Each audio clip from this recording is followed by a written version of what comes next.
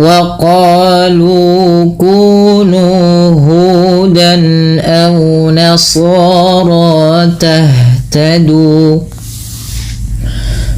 قل بل ملة إبراهيم حنيفا وما كان من المشركين قل بل ملة إبراهيم حنيفا وما كان من المشركين. Baik, bila kita perhatikan pada lafal waqalu kunu semua bacaan ini pada lafal qalu kunu dan hu tentunya juga dibaca dengan bacaan mad tabi'i. Ya. Kita mengenal istilah bahwasanya mad tabi'i yaitu apa? Apabila mad tabi'i terjadi apabila dalam tiga kondisi. Yang pertama ada huruf berharokat fathah bertemu alif, ada huruf berharokat kasrah bertemu dengan ya mati, ada huruf berharokat dhamma bertemu dengan waw mati. Maka dalam tiga kondisi ini bila kita dapat dalam sebuah bacaan, maka dia kita baca dengan mad tabi'i. Dan mad tabi'i ini juga dikenal dengan mad asli. Sama-sama dibaca dengan dua harokat. Kemudian perhatikan berlafal alif di sini. Kedua-dua alif ini ditandai dengan sifar mustadir di atasnya. Itu dianggap tidak dibaca. Maka antara satu mad tabi'i dengan mad tabi'i lain tidak boleh berbeda bunyinya. Misalkan begini, yang satu dipendekkan, yang satu panjang sekali. Waqalu kunu. Panjangan ko berbeda dengan panjangan lu. Pada dasarnya dia harus sama bunyinya.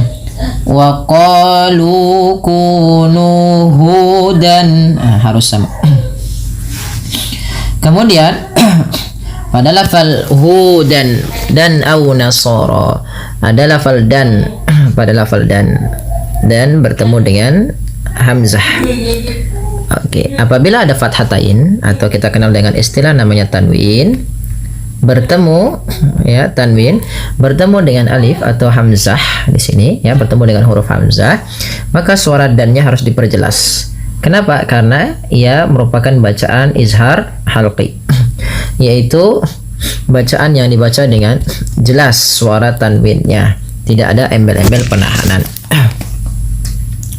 Kemudian au nasara tahtadu, saradu sama dibaca dengan mad tabi'i, panjangnya yaitu dua harakat dan harus sama. Kemudian perhatikan pada lafal tah, huruf ha bila dia sukun maka cara membacanya adalah dikembalikan dengan sesuai dengan makhraj dan sifat hurufnya. Ha itu merupakan salah satu sifatnya adalah hamas. Hamas artinya mengalirnya nafas. Yang kedua, ha juga termasuk namanya sifat rokhawah, mengalirnya suara. Dan ha termasuk yang dia perlu dibaca dengan lembut ya. Maaf, bukan lembut, dibaca dengan sesuai makhraj dan sifatnya. Tadu ya. Tadu ya, au nasara tahtadu. Dan hati-hati jangan sampai memantulkan huruf yang bukan huruf pantul. Beberapa biasanya contoh tahtadu. Maka kalau kita membaca begitu, kita membacanya dengan memantul padahal tidak boleh. Kemudian lanjut, qul bal millata Ibrahim hanifa. Bedakan antara hi dan ha ya. Hi, ha ya. Kemudian perhatikan pada lafal huruf ba yang di sini diwarnai dengan warna biru. Artinya huruf ba tersebut perlu dibantulkan bunyinya karena ia merupakan bacaan qalqalah. Di antara huruf-huruf qalqalah yang ada adalah salah satunya huruf ba. Apabila ba huruf bersukun maka dia perlu dipantulkan. Kemudian juga teman-teman, cara memantulkannya pun hati-hati jangan sampai menambahkan hamzah. Misalkan Ibrahim itu kan menambahkan hamzah, kemudian putus juga suaranya. Nah, ini juga termasuk kesalahan dalam membaca qalqalah. Ada yang dua kesalahan dalam membaca qalqalah. Yang pertama tidak memantul, contoh Ibrahima. Yang kedua menambahkan hamzah, contoh Ibrahima.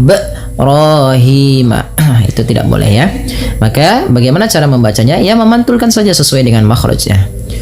Qul bal millata ya Ibrahima hanifa. Ro tebal karena dia tafkhim, hi mad tabi'i, kedua-duanya ro dan hi mad tabi'i, hanifa. Kalau kita waqaf pada lafal hanifan, maka apabila ada huruf berharakat fathah semisal fan, jan, kemudian dan ya, maka cara membaca ini kalau ketika berakhir di waqaf itu dibaca dengan fa, ja, da. Kenapa dibaca dengan begini? Karena dia hukum tajwidnya namanya mad iwad, yaitu tanwinnya diiwadkan, diganti menjadi panjang setiap kita waqaf. Nah, ini kita kenal dengan istilah mad iwad. Nah, ini kami tidak tuliskan tandanya karena kita baca dengan wasol misalnya. Kalau wasol berarti fan-nya langsung ke wa. Maka di sini dibaca dengan idgham bi gunnah. Cara membacanya yaitu memasukkan huruf fa-nya, ya, huruf fan ya ke waw. Awalnya bunyi fan, karena ke waw berarti fawa. Langkah pertama dengan mengidghamkannya dengan memasukkan tanwinnya kepada huruf waw. Kemudian langkah selanjutnya yaitu menahan dengan gunnahnya. Maka hanifan sambil masukkan dongga hidung. Nah, di sini idgham bi gunnah juga dikenal dengan idgham naqis. Nah, di mana masih sedikit menyisakan bunyi suara nun ya. Sehingga dinamakan dengan idgham naqis, tidak kamil secara utuh, hilang secara utuhnya. Wa ma kana minal musyrikin. Maka dua-duanya mad tabi'i, yaitu fathah bertemu alif, minal musyrikin. Nah, pada lafal musyrikin hati-hati dalam melafalkan huruf shin, jangan dibaca musrikin, nanti maknanya berbeda. Kalau muskirin, musrikin atau muskir, nah itu orang yang mabuk. Kalau musrik, nah itu juga beda, nanti dari saroka dan misalnya. Maka dia harus pakai shin. Ya, bagaimana bunyi shin? Ya, dia ada sifat tafashinya, sha, ash. Ya, intisyarus saut fil fam, itu banyak, menyebarnya suara di mulut banyak. Nah, itu namanya tafasyi. Baik. Wa ma kana minal musyrikin. Shin ya. Kemudian kin. Nah, pada lafal kin ini kita boleh memilih membaca 2 harakat, boleh 4, boleh 6. Karena dia ada bacaan mad rada sukun. Baik, kita coba ulang lagi ayatnya dari awal. Wa qalu kunu hudan aw nasara tahtadu. Qul bal millata Ibrahima hanifan wa ma kana minal musyrikin.